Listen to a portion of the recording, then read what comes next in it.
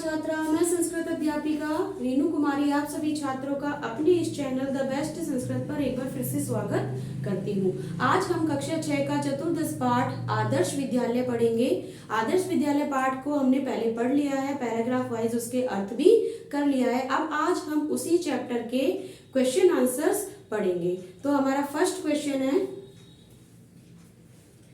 एक पदेन उत्तरतः। एक पदेन उत्तरतः अर्थात एक पद में उत्तर दीजिए। तो फर्स्ट क्वेश्चन है इसका, विद्यालयस्य अन्तः केषाम् आयोजनम भवति। विद्यालयस्य विद्यालय के अंदर, अंतर का अर्थ होता है अंदर, केषाम्, केषाम् यानी किसका, आयोजनम भवति आयोजन होता है, यानी किस चीज का आयोजन सेलिब्रेशन किया जाता है। तो विद्यालयस्य अंतर, एक बात ध्यान से समझ लीजिए, जब आप क्वेश्चन का आंसर दे रहे होते हैं, संस्कृत में क्वेश्चन का आंसर दे रहे होते हैं, तो क्वेश्चन में आधा तो आपको उत्तर वहीं पर मिल जाता है, प्रश्न में ही आधा उत्तर छिपा होता है। आप जब भी उत्तर दे रहे होते हैं तो सबसे पहले ये देख लीजिए कि इसमें प्रश्न सूचक शब्द कौन सा है।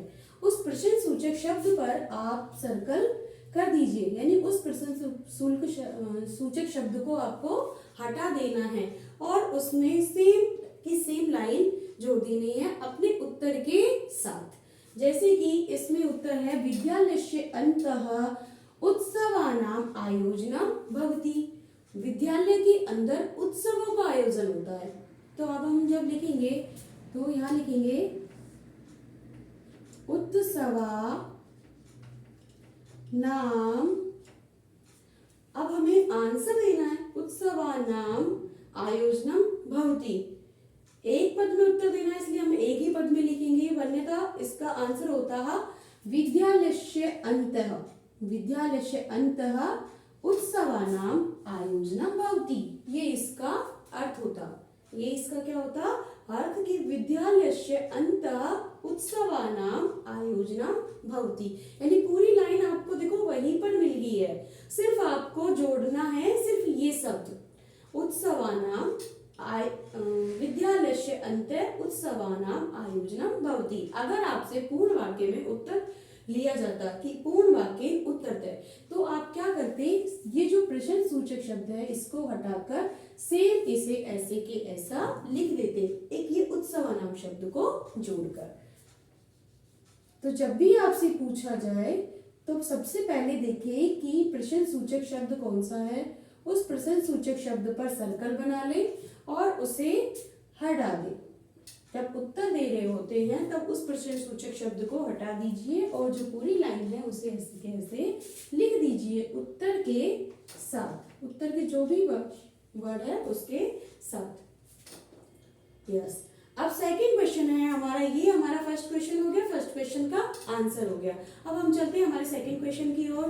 तो सेकंड क्वेश्चन है, विद्यालयस्य भवनम, विद्यालयस्य भवनम कीदृशम अस्ति, कीदृशम अस्ति। विद्यालयस्य, विद्यालय का भवन, भवनम भवन जो महल है, जो जिस जगह में वो बना हुआ है, कीदृशम अस्ति, कीदृशम का अर्थ होता है कैसा, अस्ति यानी है। तो विद्यालय का भवन, अब इसका आंसर होगा, यहाँ तक देखो सेम लाइन लिख देंगे हम, विद्यालयस्य भवनम, ये कीदृशम को हटा देंगे और इसके नीचे यहाँ से लिखेंगे हम सुंदरम विस्तृतम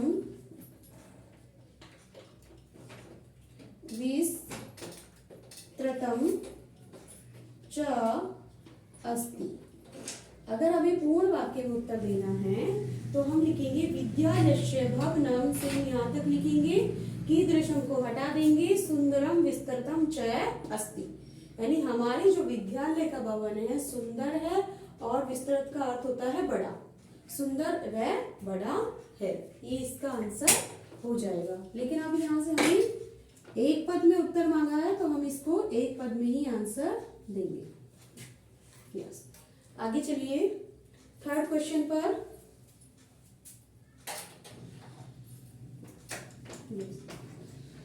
तो इसका आंसर होगा सुंदरम विस्तृतं च अस्ति। विद्यालय का भवन सुंदर और विस्तृत बड़ा है। थर्ड क्वेश्चन है इसका, वृक्षाणाम रोपणम कदा भवति। वृक्षों का रोपण, रोपण यानी उगाना या लगाना, ठीक है। तो वृक्षाणाम यानी पेड़ों का रोपण कब किया जाता है, पेड़ों को कब लगाया जाता है। तो इसका आंसर होगा वर्षा काले। वर्षा काले, वर्षा काले वृक्षाणाम रोपणम भवति। कदा को हम हटा देंगे, कदा क्या है, प्रश्न सूचक शब्द है, तो इसे निकाल देंगे और सेम लाइन ऐसे की ऐसे आ जाएगी कि वर्षा काले, वर्षा के समय में हम वृक्षाणाम रोपणम भवति, वृक्षों का रोपण करते हैं, वृक्ष लगाते हैं। जब भी वर्षा काल आता है, वर्षा का समय आता है, तब हम नया वृक्ष लगाते हैं, ठीक है। यस, अब आइए इसके क्वेश्चन नंबर 4 पर। पुस्तकालये वयं केषाम् अध्ययनं कुर्मः। पुस्तकालय, पुस्तकालय में, पुस्तकालय मतलब लाइब्रेरी, पुस्तकालय कहते हैं लाइब्रेरी में, वयम यानी हम सब, केषाम किसका, अध्ययनम कुर्मः अध्ययन करते हैं। पुस्तकालय यानी लाइब्रेरी में हम सब किसका अध्ययन करते हैं। सेम इसको भी प्रश्नवाचक चिन्ह को हटाने के बाद सेम लाइन ऐसे की ऐसे आ जाएगी। तो पुस्तकालय वयम पुस्तकानाम, पुस्तका नाम अध्ययनम कुर्मः। पुस्तकालय वयम अध्ययनम, पुस्तकानाम अध्ययनम कुर्मः, ये हमारे इसका आंसर होगा। अब क्वेश्चन नंबर 5 देखिए, विद्यालयस्य मध्ये किम अस्ति। विद्यालय यानी विद्यालय के मध्य यानी बीच में, किम यानी क्या, अस्ति यानी है, तो विद्यालय के बीच में क्या है। तो इसका आंसर होगा विद्यालय मध्ये जल मंदिरम अस्ति। जल मंदिर यानी पानी की टंकी या जहां पर हम पानी पीते हैं, तो जल मंदिरम अस्ति। विद्यालय मध्ये जल मंदिरम अस्ति। प्रश्न नंबर 2 है, अधोलिखितानां पदानां संधि कुरुतः। अधोलिखित यानी जो ये लिखित हुए हैं, लिखे हुए पद हैं, इनकी हमें संधि करनी है।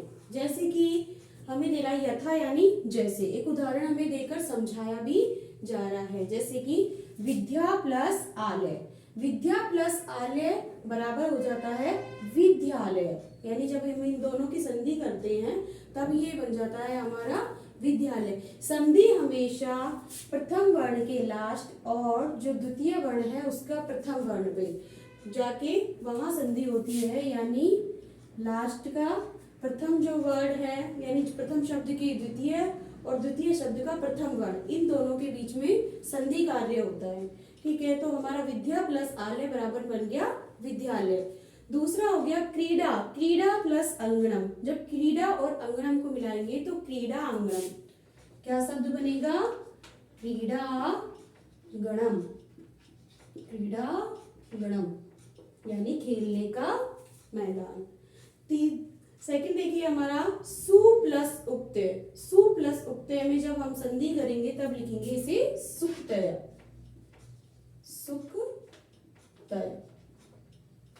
यस, आगे देखिए सभा प्लस आगार। सभा प्लस आगार, आ और आ का जब मेल होता है तो आ की प्राप्ति होती है, बन जाएगा हमारा सभागार।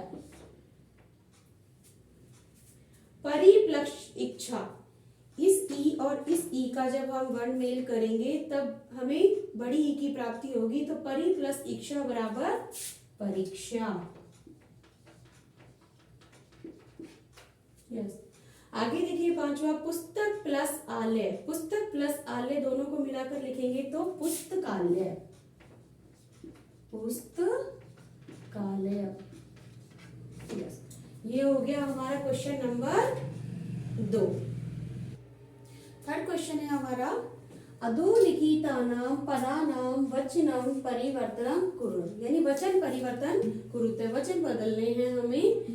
अधोलिखित, ये जो लिखित है हमारे पास जो पद लिखे हुए हैं हैं उन पदों का हमको वचन बदलना है, यानी एक वचन, द्विवचन और बहुवचन में प्रयोग करना है। जैसे इसमें हमें एक एग्जाम्पल देकर बता भी रखा है कि जैसे विद्यालय से हमें एक शब्द दे दिया तो उसका द्विवचन और बहुवचन भी बना के हमें बता दिया कि विद्यालय, विद्यालयो और विद्यालय नाम, यानी बहुवचन में विद्यालय नाम हो गया, विद्यालय का एक वचन हो गया विद्यालय का, विद्यालय से षष्ठी बहुवचन का प्रयोग किया जा रहा है यहाँ पर षष्ठी विभक्ति का, यानी इन सभी वाक्यों में किसका प्रयोग किया जा रहा है? षष्ठी विभक्ति का।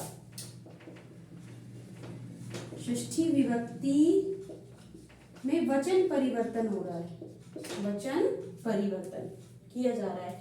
तो यहाँ पर विद्यालय, विद्यालयो, विद्यालय नाम, एक वचन, द्विवचन और बहुवचन। उसी प्रकार अब हमें उत्सव से शब्द दे रखा है, उत्सव से षष्ठी विभक्ति का है, एक वचन का है। अब उत्सव से का द्विवचन क्या हो गया?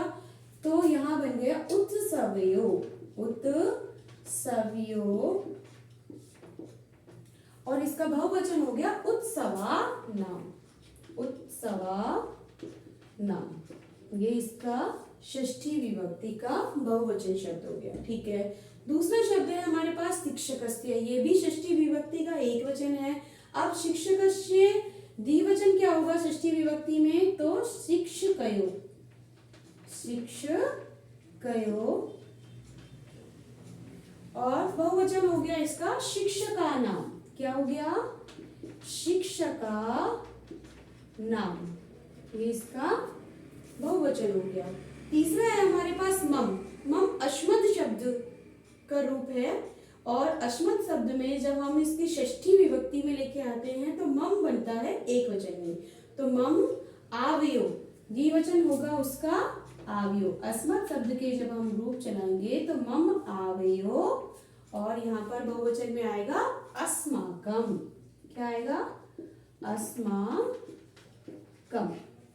ये इसका रूप बन गया। आगे देखिए, फोर्थ है हमारा पादपस्य।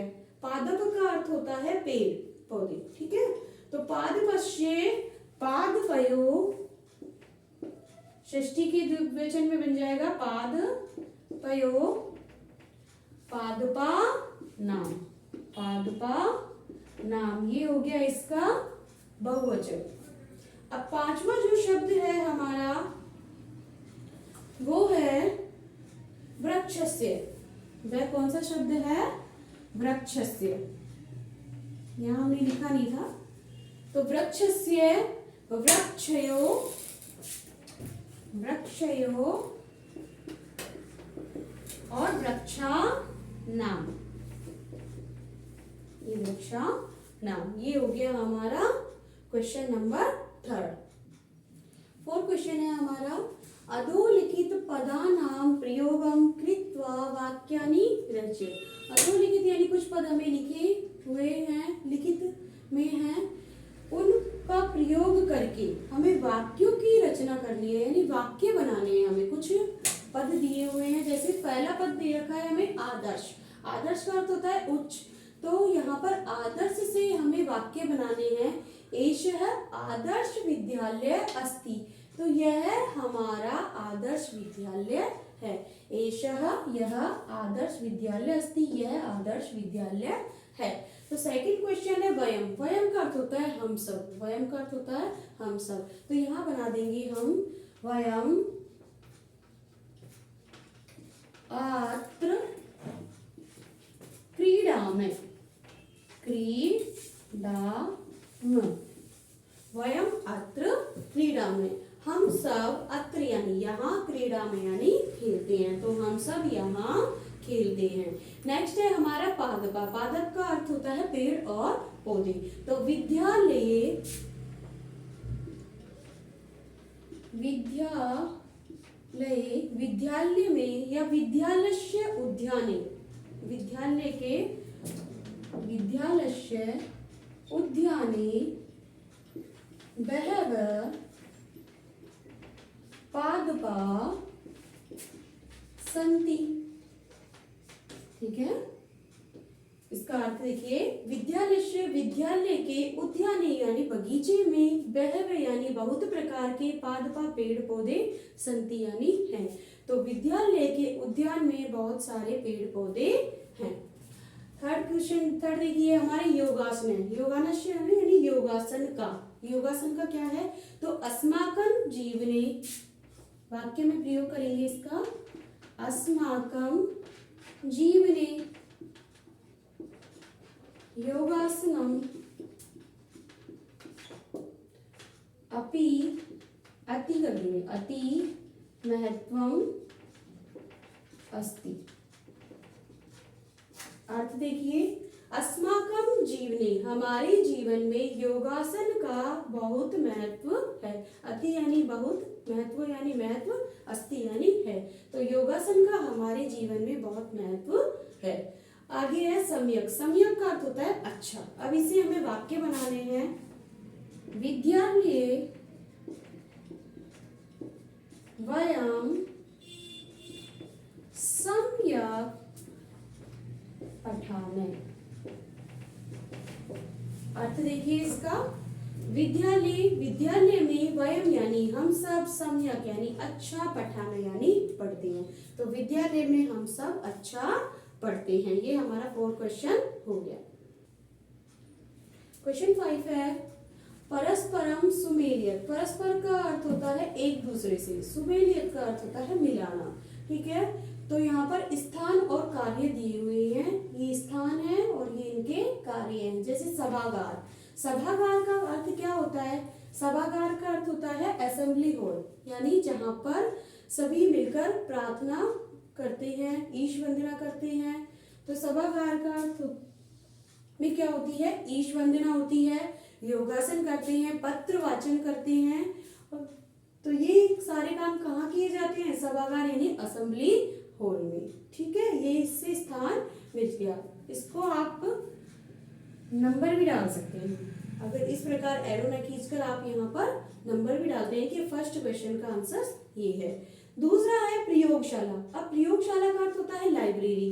लाइब्रेरी में हम क्या करेंगे, क्रीड़ा खेलेंगे, पुस्तकों का अध्ययन करेंगे, जलस्ते पानम जल का पान करेंगे, जी नहीं। विज्ञानस्य प्रयोग, प्रयोगशाला में क्या करेंगे, विज्ञान के प्रयोग करेंगे। ठीक है, यस। और यहाँ पर हम डाल देंगे नंबर 2, यानी नंबर 2 का आंसर है। थर्ड है हमारा पुस्तकालय। पुस्तकालय यानी लाइब्रेरी। अब लाइब्रेरी में क्या होता है वो आपको पता है कि यहाँ पर हम पुस्तकाना अध्ययन, पुस्तकों का अध्ययन करते हैं। तो या तो एरो खींच दीजिए, नंबर 3 डाल दीजिए। ठीक है। 4 है हमारा जल मंदिरम। जल मंदिरम यानी जहाँ पर हम पानी पीते हैं। जल मंदिर में क्या करते हैं हम, जलस्य पानम, जल पीते हैं, जल का पान करते हैं। तो ये हो गया हमारा 4 नंबर। क्या हो गया, 4 नंबर। अब है हमारा क्रीड़ा आंगनम। क्रीड़ा आंगनम यानी खेलने का मैदान। खेलने के मैदान में हम जब क्या कार्य करते हैं, वहाँ क्रीड़ा खेलते ही हैं। तो ये हो गया हमारा 5। कौन सा हो गया, 5 क्वेश्चन। ठीक है, तो ये हो गए हमारे पूरे 5 क्वेश्चन, यानी जो आदर्श विद्यालय पाठ है उसके हमने सभी क्वेश्चन आंसर्स कर लिए हैं। तो यहाँ तक हमने हमारा चैप्टर खत्म हो चुका है। तो आप सभी विद्यार्थियों से निवेदन है कि आपको इस वीडियो में, यानी जो हमने आदर्श चैप्टर पढ़ा है पाठ, इसमें आपको किसी भी प्रकार की कोई त्रुटि हो या कोई भी शंका हो आपकी, यानी कुछ समझ में नहीं आ रहा हो, तो प्लीज हमें कमेंट्स के माध्यम से बताएं। और हमारी इस वीडियो को आप ज़्यादा से ज़्यादा लाइक करें, शेयर करें और बेल आइकन प्रेस करें, ताकि हम जो भी नई वीडियो डालें वो आप तक पहुंच सके। आप सभी विद्यार्थियों का मेरे इस चैनल पर फिर से एक बार स्वागत है। धन्यवाद।